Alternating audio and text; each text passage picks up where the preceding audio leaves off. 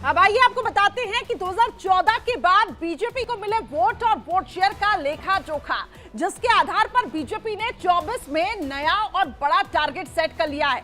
तो ग्राफिक्स के जरिए हम आपको समझाते हैं कि आखिर देखिए बीजेपी किस तरीके से मिशन मोड पे काम कर रही है। 2014 की बात करें तो 282 सीट, और अगर वोट्स की बात करें तो 17 करोड़ वोट जो हैं वो बीजेपी के खाते में आए। वोट शेयर की बात करें तो 31.1% बीजेपी का वोट शेयर रहा। यह 2014 का आंकड़ा है। आगे बढ़े 2019 की अगर हम बात करें तो 303 सीटों पर चुनाव लड़ा गया। जो वोट थे वो 23 करोड़ हुए। वोट यहाँ पे बढ़े और वोट शेयर भी बीजेपी का देखिए बड़ा है, 37.4% रहा। 2019 के बाद अगर बात अब देखिए 2024 की करें तो बीजेपी ने इसके लिए जो टारगेट है वो 400 के पार रखा है। ऐसे में अब कार्यकर्ताओं को विजय मंत्र दिया गया। प्रधानमंत्री नरेंद्र मोदी ने खुद आपको बता दें कि इसको लेकर आप कहा है कि 35 करोड़ वोट आने चाहिए और 51% तक वोट शेयर रहना चाहिए। इसको लेकर बीजेपी अब दमखम से मैदान में जुटी हुई है। गृह मंत्री अमित शाह ने भी कहा कि हमारी पूरी तैयारी है कि 400 पार के बाद 400 पार हमारा जो वो पूरा जो सीट रहे वो 400 पार रहे। इसके साथ साथ वोट शेयर भी बढ़े और इसको लेकर अब देखिए तैयारियां शुरू हो चुकी हैं। तो ये बड़ा लक्ष्य रखा गया है और प्रधानमंत्री नरेंद्र मोदी ने खुद इसको लेकर अब विजय मंत्र दिया है। तो बीजेपी में महामंथन फिलहाल चल रहा है। हालांकि 3 राज्यों में बीजेपी को प्रचंड जीत मिली है। ऐसे में अब बीजेपी का पूरा फोकस 2024 का लोकसभा चुनाव है, जिसमें 400 प्लस सीटें टारगेट जो है वो सेट किया गया है।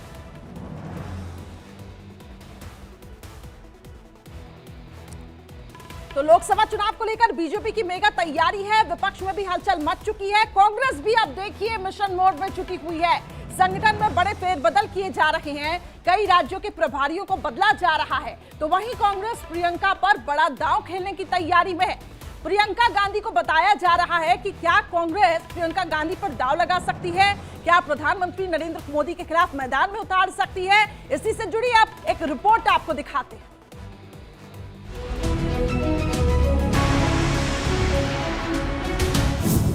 चौबीस चुनाव के लिए हाथ को मजबूत कर रही कांग्रेस।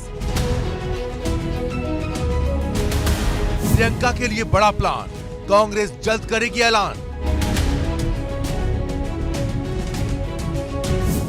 मोदी के खिलाफ प्रियंका ही होंगी कांग्रेस का चेहरा।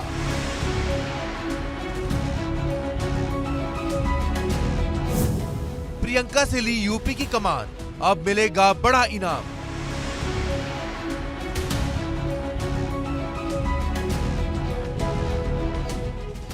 दो 2024 के चुनाव में बीजेपी के विजय रथ को रोकने के लिए कांग्रेस ने कमर कस ली है। इंडी गठबंधन के बैनर तले कांग्रेस पीएम मोदी को चुनौती देने के लिए सीक्रेट प्लान पर काम कर रही है। इस प्लान को अमली जामा पहनाने के लिए एआईसीसी की मीटिंग में कांग्रेस संगठन में बड़ा फेरबदल किया गया है। कांग्रेस ने चौंकाते हुए प्रियंका गांधी से यूपी प्रभारी पद वापस ले लिया।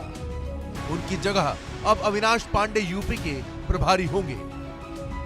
कांग्रेस ने बयान जारी कर कहा कि प्रियंका गांधी बिना किसी पोर्टफोलियो के ही संगठन को मजबूत करने का काम करेंगी। कांग्रेस के इस फैसले के बाद कयास लगाए जा रहे हैं कि कांग्रेस की तरफ से प्रियंका गांधी पीएम फेस हो सकती हैं। इसी वजह से उन्हें पार्टी की सभी जिम्मेदारियों से मुक्त कर दिया गया है। यानी अब प्रियंका गांधी फ्री होकर पीएम पद के दावेदार के तौर पर अपनी तैयारी करेंगी। पीएम मोदी के खिलाफ कांग्रेस का चेहरा प्रियंका गांधी ही होंगी।